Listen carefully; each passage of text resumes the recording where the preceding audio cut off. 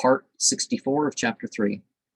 Shamsuddin of Tabriz once asserted in Jalal's college that whosoever wished to see again the prophets had only to look on Jalal, who possessed all the qualifications, more especially of those to whom revelations were made, whether by angelic communications or whether in visions, the chief of such qualities being serenity of mind, with perfect inward confidence and consciousness of being one of God's elect.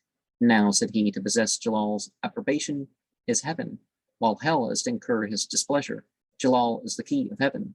Go then and look upon Jalal, if thou wish to comprehend the signification of that saying. The learned are the errors of the prophets, together with something beyond that which I will not here specify.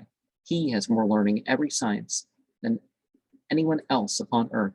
He explains better, with greater tact and taste, as also more exhaustively than all others.